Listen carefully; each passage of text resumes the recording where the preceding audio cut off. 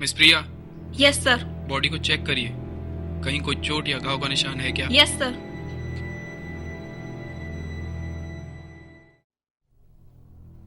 No sir, body पर कहीं कोई चोट या घाव का निशान नहीं है।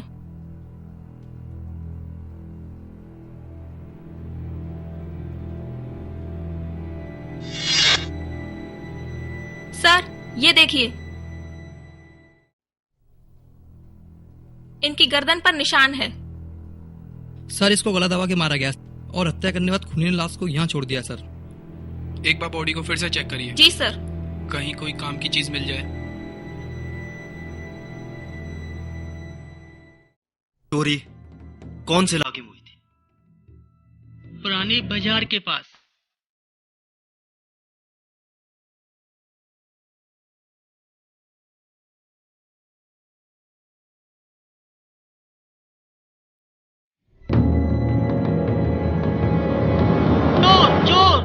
चोर चोर पकड़ो पकड़ो चोर।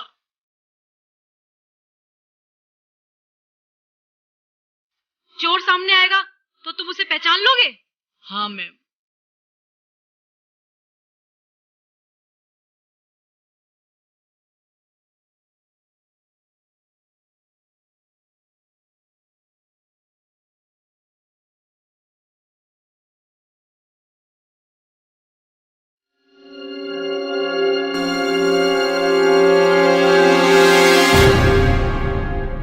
साहब यही है वो चोर। साले चल। कुछ नहीं किया साहब, मुझे छोड़ दो साहब, मुझे छोड़ दो साहब। सीधे सीधे बोल, तू नहीं मारा था ना अंजलि को? मैंने किसी को नहीं मारा साहब। तो तेरा लॉकेट वहाँ कैसे पहुँचा? मैंने तो वो लॉकेट लच्छू सुनार को दिया था साहब। साहब ये झूठ बोल रहा है। साहब मैं झूठ नहीं बोल रहा साहब, साहब मैं झूठ नहीं बोल रहा साहब, मुझे छोड़ दो साहब। कौन झूठा है और कौन सच्चा है, यही पता लगाना तुम्हारा काम है।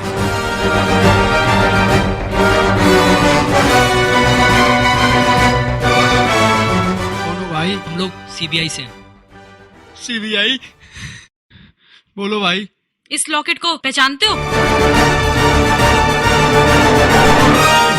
ये लॉकेट तो हमसे डेविड ले गया था। डेविड? ये वही डेविड है ना जो सुपारी लेके लोगों की मदद करता है?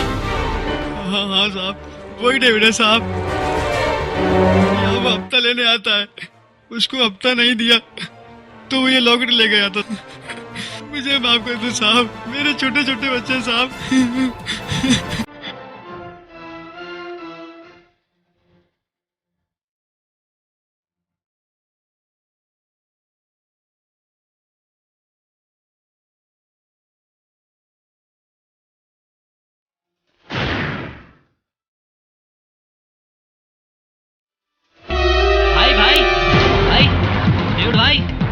डेविड भाई। अबे साले क्या हुआ? क्यों गधे की तरह आफ रहा है? सीबीआई वाले आए हैं। सीबीआई? 3 लोग हैं। इनकी तो मैं। चलो।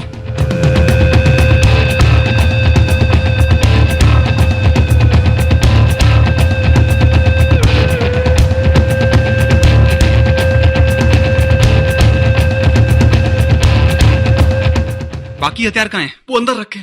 अंदर से लेकर आ। बाला तू ऊपर कवर कर, तू उधर कवर कर।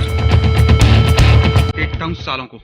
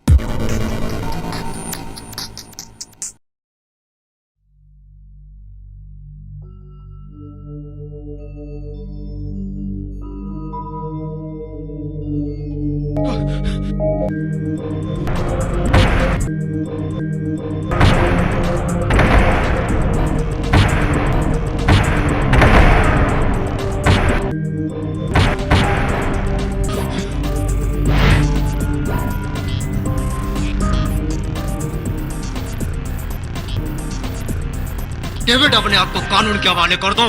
ऐसी अब तक कोई जेल नहीं बनी जो डेविड को पकड़ सके। मेरे सामने से हट जाओ वरना। मैं एक और बोलता हूँ डेविड, अपने आप को सराफत से कानून के हवाले कर दो। लगता है तुम ऐसे नहीं मानोगे ऑफिसर। अब तो तुम्हें अपने आप को कानून के हवाले करना ही पड़ेगा डेविड। डेविड बिना हथियार के भी खतरनाक है।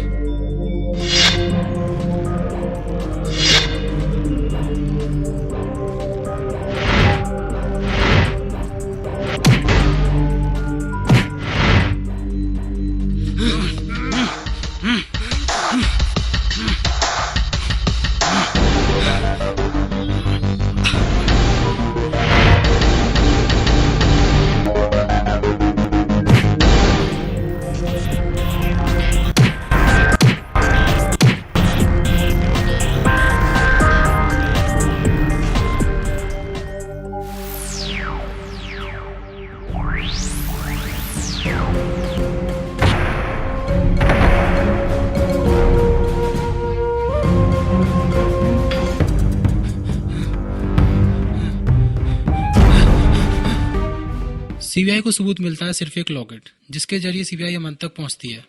लेकिन अमन तो अंजलि का प्रेमी था, वो उसका खून क्यों करेगा? फिर अमन ने बताया उस लॉकेट को चोर ने छीन लिया था। उस लॉकेट को चोर ने लच्छो सुनार के पास बेच दिया था, मगर उस लॉकेट को लच्छो सुनार से डेविड ले जाता है। सीबीआई डेविड को गिरफ्तार कर लेती है। आगे देखते हैं होता है क्या। हाँ तो बताओ, तुमने अंजलि का खून क्यों किया और किसने सुपारी दी तुम्हें? सुना नहीं तुमने मैंने क्या कहा? साले बोलता है नहीं। मैंने कहा ना, मैंने कोई खून नहीं किया, नहीं किया, नहीं किया। सर लगता है ये ऐसे नहीं मानेगा। रुको दिव्या, अगर तुमने नहीं मारा तो ये लॉकेट तुम्हारा वहां कैसे पहुंचा? ये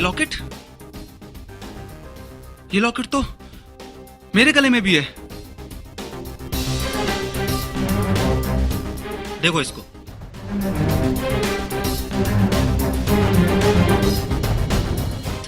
सर ये लॉकेट तो सेम है। अगर वो लॉकेट अमन ने बनवाया है तो ये लॉकेट किसने बनवाया?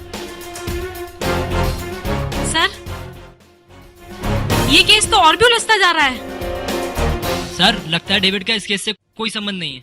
कातिल बहुत ही शातिर है। अब हमें उसी की तरह चलना होगा।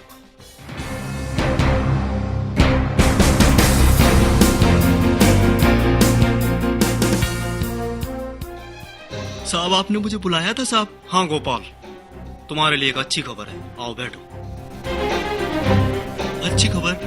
वो क्या है साहब? अंजलि के कातिल का पता चल चुका। सच? आप सच बोल रहे हैं साहब?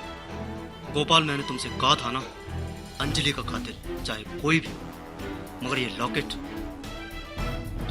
हमें उस तक जरूर पहुंचाएगा। लेकिन वो है कौन साहब? अंजलि का कातिल वही है जिसने लॉकेट बनवाया। इसका मतलब खूनी अमन है? नहीं, क्योंकि ये लॉकेट अमन ने नहीं किसी और ने बनवाया था। मैं कुछ समझा नहीं साहब, आप क्या बोल रहे हैं?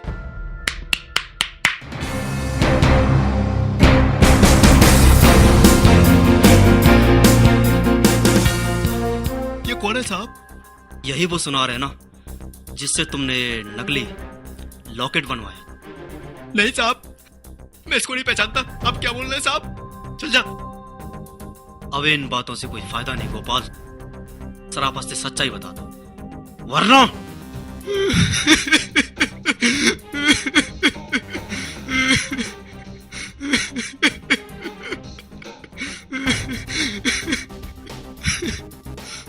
हाँ साहब, मैंने मारा अंजलि को साहब। लेकिन क्यों?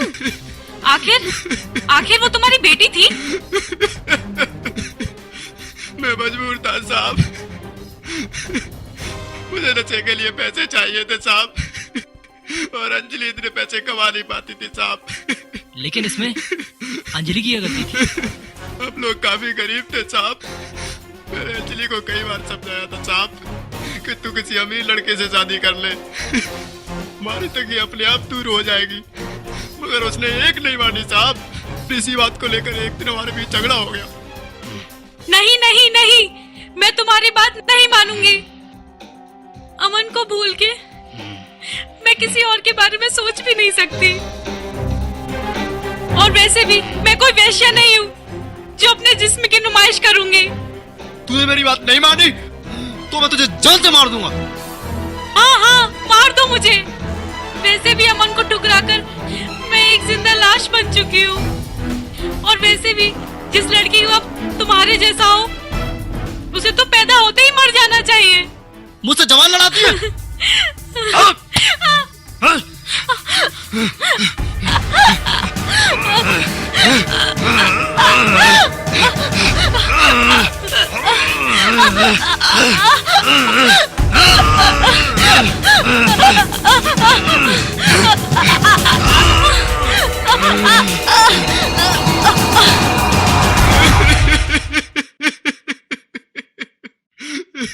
और तुमने अंजलि की लाश को ले जाकर जंगल में डाल दी।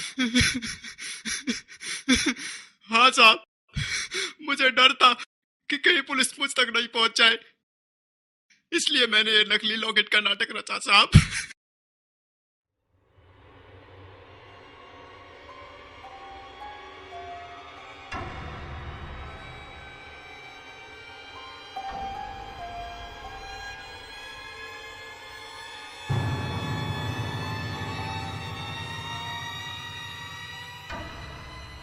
तुमने एक तीर से दो शिकार करना चाहा। अंजलि को तो तुम मार चुके थे, और इस लॉकेट के जरिए तुमने अमन को भी फंसाना चाहा। क्यों? हाँ साहब। असली लॉकेट बनवाने के लिए तुम्हारे पास पैसे नहीं थे, इसलिए तुमने ये नकली लॉकेट बनवाया। क्यों? और यही छोटी सी गलती तुम्हारे पूरे खेल को बिगाड़ दी।